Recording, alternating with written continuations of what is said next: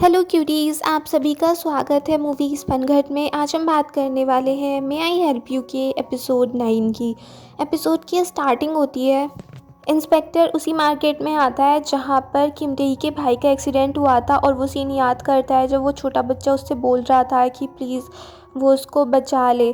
फिर दिखाते हैं किम टेही डोंगजू को यही बता रहा था कि उस दिन मैं जल्दी जल्दी अपने घर से आ गया था और रिंग मेरी घर पे ही छूट गई थी।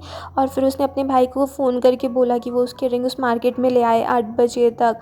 और जब उसका भाई उसको फ़ोन कर रहा था तो उसका फ़ोन लगा नहीं, क्योंकि किम टेही उस टाइम अपने सीनियर के साथ मीटिंग में था। और जब तक किम टेही को पता चला तब तक बहुत देर हो चुकी थी, वो अपने भाई को बचा नहीं पाया। तो वो डोंगजू से बोल रहा था कि अगर तुम उस टाइम मेरे साथ होती शायद मुझे बेटर फील होता। और मैं अपने आप को ही दोष देता हूँ कि मेरी वजह से मेरा भाई मर गया, मैं उसकी लास्ट कॉल तक अटेंड नहीं कर पाया। अगर मैंने उस दिन उसको मार्केट में आने के लिए नहीं बोला होता तो उसके साथ ऐसा कुछ भी नहीं होता।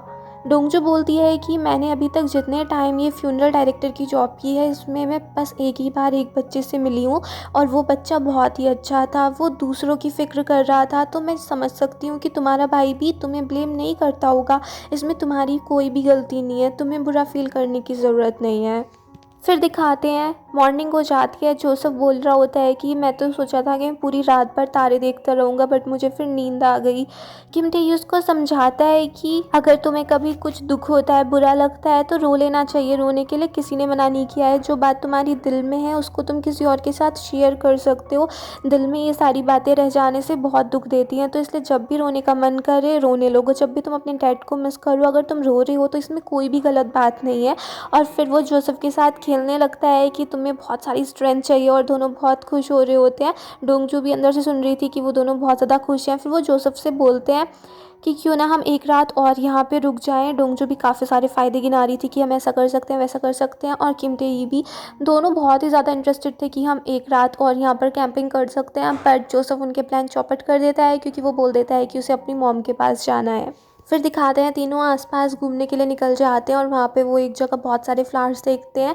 उन सब चीज़ों को देख के किम टेही डोंगजू का एक पिक निकाल लेता है। फिर दिखाते हैं वो लोग एक डिपार्टमेंटल स्टोर में पहुँचते हैं और वहाँ से तीनों अपने लिए चश्मे खरीद लेते हैं। फिर दिखाते हैं जोसेफ को वो लोग फादर के पास ले आते हैं। जोसेफ बहुत ही ज़्यादा खुश होता है और तभी उसकी वहाँ पर मॉम भी आ जाती हैं। वो अपनी मॉम को बताता है कि मैं वहाँ पे बहुत मज़े किए, मैंने ये किया मैंने वो किया। और वो अपनी मॉम से ये भी पूछता है कि मॉम आप डरी तो नहीं ना, क्योंकि आप घर में तब अकेली ही रही होंगी जब मैं नहीं था। तो उसकी मॉम कह देती हैं, वो हंसने लगती हैं कि नहीं मैं डरी नहीं थी, मैं बिल्कुल ठीक थी। तो जोसेफ सोचने लगता है कि ओ, फिर वो कह देता है कि डोंगजू और किम टेही वहाँ पर एक रात और रुकना चाहते थे, वो बहुत ज़्यादा बैक कर रहे थे बट मैंने ही बोल दिया कि मुझे मॉम से मिलने जाना है। और इस बात को सुन के किम टेही और डोंगजू भी काफ़ी एम्बेरस्ड हो जाते हैं और फादर ये बात सुन के खुश होने लगते हैं। फिर दिखाते हैं घर पे पहुंच के किम टेही डोंगजू से बोल रहा होता है कि बहुत सारी चीज़ों के लिए थैंक यू। डोंगजू भी उससे कह देती है कि कोई ज़रूरत नहीं है थैंक यू की, और तुम्हें भी थैंक यू, तुमने मेरी बहुत हेल्प की। और अगर तुम्हारे दिल में कोई भी बात हो, कभी भी तुम्हें कोई बात करनी हो तो मुझसे कर सकते हो, मेरी ज़बान हमेशा बंद है। और वो दोनों ऐसे ही बैठे हुए थे तभी अचानक से यहाँ पे विंसेंट आ जाता है। उसको देख के दोनों ही डर जाते हैं। फिर अंदर जाके किम टेही डोंगजू की काफ़ी ज़्यादा तारीफ़ कर रहा होता है कि डोंगजू ये कर सकती है वो कर सकती है, वो हर चीज़ में परफेक्ट है। किम टेही की स्माइल देख के विंसेंट बोलता है कि मैंने पहली बार अपने नेफ्यू को इतने अच्छे से स्माइल करते हुए देखा है, क्या इसकी वजह डोंगजू ही है? जिसको सुन के किम टेही एकदम चुप सा हो जाता है, वो डोंगजू के बारे में ही सोचने लगता है। डोंगजू के रूम में दिखाते हैं वो किम टेही के मैसेज का वेट कर रही थी बट बार बार उसके अंकल का मैसेज आया जा रहा था और जैसे किम टेही का मैसेज आता है वो एकदम से खुश हो जाती है। फिर दिखाते हैं इंस्पेक्टर किम टेही के पास आता है और उसको बताता है कि जब से वो लोग यहाँ पे आए हैं इंस्पेक्टर का दिन बहुत अच्छा गुजरने लगा। उसको ऐसा फील होने लगा जैसे उसकी फैमिली है, उसका मन करता है कि वो यहीं पे रहे क्योंकि ये लोग उसकी बहुत ही ज़्यादा केयर करते हैं। और वो ये भी कहने लगता है कि और फिर यहाँ पे डोंगजू भी तो है इसलिए मेरा मन यहाँ पे बहुत ही ज़्यादा लगता है। और वो किम टेही को बता रहा होता है कि वैसे तो मुझे तैरना नहीं आता बट डोंगजू की आंखों में मैं डूब जाता हूँ। और बहुत ज़्यादा डोंगजू की तारीफ़ करने लगता है कि वो कितनी अच्छी है, उसकी पर्सनालिटी कितनी अच्छी है और ये और वो। और उसकी सारी बातें सुन के किम टेही सोचने लगता है कि हाँ डोंगजू ऐसा करती है वैसा करती है, वो भी बहुत खुशी हो रहा होता है। बट जैसे ही इंस्पेक्टर बोलता है कि वो डोंगजू से प्यार करने लगा है किम टेही एकदम से चुप सा हो जाता है। मॉर्निंग में दिखाते हैं डोंगजू वेट कर रही थी कि कब किम टेही बाहर निकलेगा, उसको जैसी थोड़ी सी आवाज़ आती है वो एकदम से गेट खोल लेती है। बट वहाँ पे किम टेही नहीं था, वहाँ पे विंसेंट था। फिर वो उससे थोड़ी सी बात करने लगती है तभी किम टेही आ जाता है और दोनों एक दूसरे को देख के स्माइल करने लगते हैं। फिर किम टेही डोंगजू से बोल देता है कि वही उसको रास्ते में छोड़ देगा। विंसेंट बोलता भी है कि तुम्हें तो अलग जगह जाना है, बट किम टेही कह देता है नहीं नहीं, डोंगजू का ऑफिस उसके रास्ते में ही पड़ेगा। और फिर वो दोनों साथ साथ निकल जाते हैं। रास्ते में भी दोनों एक दूसरे के साथ थे, कुछ ज़्यादा बात नहीं कर पाते, बट दोनों का मूड बहुत अच्छा था, दोनों एक दूसरे के साथ काफ़ी ज़्यादा खुश थे। फिर दिखाते हैं किम टेही जब अपनी एक जॉब कर रहा था तभी उसको चुंगा की मॉम मिल जाती हैं, जो उसको बड़ी बुरी नज़रों से देखती हैं। और फिर वो चुंगा को अपने घर पे जाके डांटती भी हैं कि तुम अभी भी उस लड़के के पीछे पड़ी हुई हो, और मुझे तो लगता है वो लड़का तो काफ़ी ढंग का दिख रहा था, उसकी तो कोई गर्लफ्रेंड हो गई होगी अब तक, और तुम ऐसे लड़के के पीछे इतना सफ़र क्यों कर रही हो, वो तो तुम्हारी केयर भी नहीं करता, वो तो ये समझता है कि उसका भाई तुम्हारी वजह से मर गया, तब भी तुम ऐसे लड़के के पीछे पड़ी हुई हो। और फिर चुंगा भी अपनी मॉम के बारे में काफ़ी कुछ बोल देती है, जिस वजह से उसकी मॉम को काफ़ी गुस्सा आ जाता है और उसको एक थप्पड़ मार देती है। फिर दिखाते हैं डोंगजू अपनी जॉब से जल्दी आ गई थी और वो किम टेही को ढूंढ रही थी। किम टेही तभी पीछे की तरफ से आ जाता है और फिर दोनों हंसने लगते हैं। फिर वो डिनर पे जा ही रहे थे कि तभी वहाँ पे चुंगा आ जाती है और वो कह देती है कि वो कुछ दिनों के लिए यहीं पे रहेगी। किम टेही चुंगा को रोकता भी है, बट चुंगा कह देती है कि आज मैं अपनी मॉम की वजह से वैसे ही परेशान हूँ और प्रॉब्लम मत क्रिएट करो। फिर उस सबको देख के डोंगजू भी ऐसी ऊपर चली जाती है और वो भी काफ़ी ज़्यादा अपसेट होती है।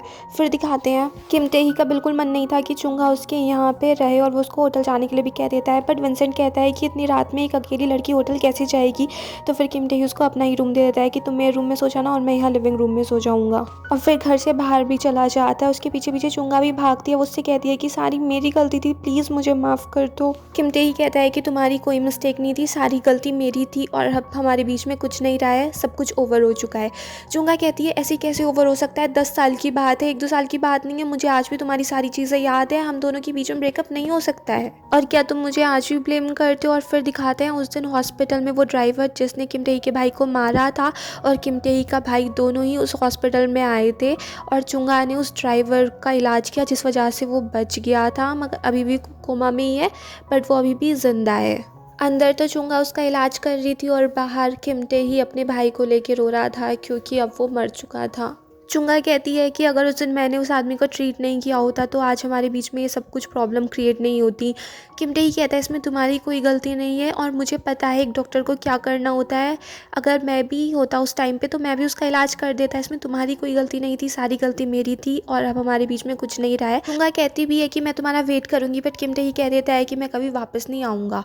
फिर दिखाते हैं विंसेंट किम टेही को बोल रहा होता है कि मुझे तेरे लिए बहुत ज़्यादा सैड फील हो रहा है। किम टेही क्योंकि ये कह रहा था कि पता नहीं मैं कैसा इंसान हूँ, मैं दूसरे लोग जो पहले से सैड होते हैं मैं उनको और ज़्यादा सैड कर देता हूँ। फिर दिखाते हैं विंसेंट और किम टेही ड्रिंक करने लगते हैं। विंसेंट कहता है कि मुझे लगा था कि अब तू थोड़ा थोड़ा ठीक होने लगा है, भले से कछुए की चाल की तरह ठीक हो रहा है, मगर कुछ तो चेंजेस आ रहे हैं, कुछ ठीक हो रहा है, तूने अभी कैंप में कितना ज़्यादा इन्जॉय करा, मगर फिर से सारी कहानी वहीं पे आके अटक गई। किम टेही बोलता है कि मैं कभी भी अच्छा फील नहीं करना चाहता, मैं कंफर्टेबल फील नहीं करना चाहता, क्योंकि फिर मुझे ऐसा लगता है कि मैं अपनी सारी गलतियों को भूल गया हूँ। किम टेही बोलता है कि मुझे हमेशा याद रखना है कि मैंने क्या गलत किया था, मैंने कितनी बड़ी गलती की है। फिर दिखाते हैं मॉर्निंग में चुंगा डोंगजू को लिफ्ट दे देती है। डोंगजू मना भी कर रही थी पर चुंगा कह देती है कि नहीं, मैं ही छोड़ दूंगी। फिर वो डोंगजू को बोलती है कि तुम इस घर में कब तक रहने वाली हो, तुम्हारी लीज़ कब तक है। मैं सोच रही हूँ कि यही घर खरीद लूँ क्योंकि ये हॉस्पिटल के भी काफ़ी ज़्यादा पास है, और तुम्हें पता है मैं यहाँ पे किम टेही को वापस लेने के लिए आई हूँ। हमने 10 साल तक डेटिंग की थी और उसने किम टेही के नाम से एक रिजर्वेशन भी किया था एक होटल में। उस सब को देख के डोंगजू को बहुत ही बुरा लगता है, वो बहुत ही ज़्यादा अपसेट हो जाती है। फिर दिखाते हैं चुंगा ने किम टेही को भी मैसेज कर दिया था कि वो उस दिन उस रेस्टोरेंट में उसका वेट करेगी और रिजर्वेशन उसी के नाम पे है, और साथ में वो उसको कभी नहीं छोड़ेगी, वो उसका वेट करती रहेगी। फिर दिखाते हैं सोरा एक गिफ्ट लेके आई होती है डोंगजू को बॉस के देने के लिए, और वो काम डोंगजू भी देख लेती है। डोंगजू का बॉस मना भी कर रहा होता है सोरा से कि प्लीज़ मैं इसको एक्सेप्ट नहीं कर सकता, बट सोरा उसको ज़बरदस्ती पकड़ा के वहाँ से खुशी खुशी निकल लेती है, और वो अचानक से देख लेती है कि वहीं पे डोंगजू खड़ी है, जिससे वो काफ़ी ज़्यादा शॉक्ड हो जाती है। डोंगजू उससे पूछती है कि ये तू कर क्या रही है। वो सोरा को बता देती है कि इस टाइम मेरे बॉस की लाइफ बहुत ज़्यादा कॉम्प्लिकेटेड चल रही है, उनका 20 साल पुराना प्यार वापस आ चुका है, उसके पास एक बच्चा भी है और ऐसी ऐसी चीज़ें हो रही हैं उनके साथ। सोरा कहने लगती है कि ये सब काम तो बहुत ही अच्छे हैं, मेरी भी एक लव स्टोरी बनेगी जिसमें लव ट्रायंगल होगा, मुझे तो ये सारी चीज़ें बहुत अच्छी लग रही हैं। बट डोंगजू उसको डांट रही थी कि तुझे उनके बीच में नहीं आना चाहिए, उनसे दूर रहना चाहिए। असल में तो वो अपने आप के बारे में ही ऐसा सोच रही थी कि चुंगा और किम टेही 10 सालों से डेट कर रहे हैं और अचानक से वो उनके बीच में आ रही है। फिर दिखाते हैं डोंगजू की न्यू क्लाइंट एक हाई स्कूल गर्ल होती है। वो कहती है कि मुझे मरने से कोई प्रॉब्लम नहीं है और ये तो अच्छा हुआ है कि मैं मर गई, अब मुझे विग नहीं पहनना पड़ेगा। बड़ी प्रॉब्लम आती थी, पहले मैं कुछ काम भी नहीं कर सकती थी, मुझे इंजेक्शन तक लगवाना पड़ता था और वो इंजेक्शन इतना ज़्यादा पेनफुल होता था। क्लास में भी बस मैं बैठी रहती थी, मेरे कोई फ्रेंड नहीं थे, मैं बिल्कुल अकेली थी। मगर अब लाइफ बहुत ज़्यादा अच्छी है और ये भी अच्छी बात है कि अब मेरे पेरेंट्स को हॉस्पिटल बिल्स पे नहीं करने पड़ेंगे। उस वजह से मेरे डैड ने फायर फाइटर की जॉब भी छोड़ दी थी। तो डोंगजू उससे पूछती है कि तुम्हारी कुछ लास्ट विश है, कुछ करना है। पहले तो वो बहुत देर तक सोचती रहती है और फिर वो कह देती है कि बस एक काम बचा है। उसका एक लेटर रखा हुआ है उसके लॉकर में, उसको एक लड़के के लॉकर में रखना है। डोंगजू वो जाकर लेटर रख देती है। वो लड़का जब अपना लॉकर खोलता है तो उसमें उसको वो लेटर मिलता है। उस लेटर में स्योरन ने लिखा हुआ था कि मैं आपकी जूनियर हूँ, भले से आप मुझे नहीं जानते होंगे बट आपने एक बार मुझे बुली होने से बचाया था और तब से ही मैं आपको आगे पीछे देखती रहती थी, मैं आपको फॉलो करती थी, आपको पसंद करती थी, मेरा आपके ऊपर क्रश था। बट अब मैं बीमार हूँ और मैं इलाज के लिए अब यूएस जा रही हूँ, पता नहीं मैं ठीक होंगी या नहीं होंगी, फिर हम कभी मिले ना मिले, बट मैं ये बताना चाहती हूँ कि मैं तुम्हें बहुत ज़्यादा पसंद करती हूँ और मैं तुम्हें हमेशा सपोर्ट करूँगी।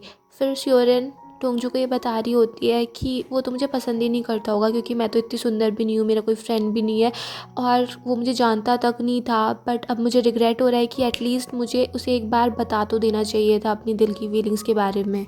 क्या फ़र्क पड़ता वो मुझे मना कर देता, मुझे रिजेक्ट कर देता, बट मैं सच तो एक बार बोल देती, मेरे दिल की भड़ास तो सारी निकल जाती। और फिर डोंगजू भी अपनी फीलिंग्स के बारे में सोचने लगती है कि वो किम टेही को बताए ना बताए। उसके मन में बहुत ज़्यादा उलझन चल रही थी क्योंकि किम टेही के पास अब चुंगा भी थी, तो वो डर रही थी कि किम टेही उसको भी रिजेक्ट कर देगा। बट बड़ी मुश्किल से वो अपने दिल को संभालती है और वो किम टेही से अपनी फीलिंग्स शेयर करने के लिए तैयार हो जाती है। जब वो किम टेही के रूम में देखती है किम टेही वहाँ पर नहीं था तो वो सैड होके जाने लगती है, बट तभी उसको किम टेही दिख जाता है और किम टेही उसके पास से निकल के जा ही रहा था कि डोंगजू उसका हाथ पकड़ लेती है और उससे बोल देती है आई लाइक यू। फिर दिखाते हैं वही लड़का स्योरन का जिस पे क्रश था, उसको पता था कि स्योरन उसको देखती रहती है, उसका पीछा करती रहती है और वो खुश था इस सब से। वो खुद स्योरन को नोटिस करता था, उसकी क्लास में जाया करता था, उसको भी स्योरन पसंद आ रही थी बट उसके पास भी हिम्मत नहीं थी अपनी फीलिंग्स बताने की। तो उसने एक लेटर लिखा था और वो उसने स्योरन के लॉकर में रख दिया था। जब डोंगजू स्योरन वाला लेटर निकालने के लिए स्योरन का लॉकर खोलती है तभी उस लड़के वाला लेटर भी गिर जाता है और फिर डोंगजू उस लेटर को ले जाके स्योरन के फ़ोटो के सामने रख देती है और फिर यहीं पे एपिसोड फिनिश हो जाता है। अगर आपको ये पसंद आया हो तो प्लीज़ मेरे चैनल को सब्सक्राइब करें, लाइक करें, शेयर करें, कमेंट्स करें and bye bye till next video.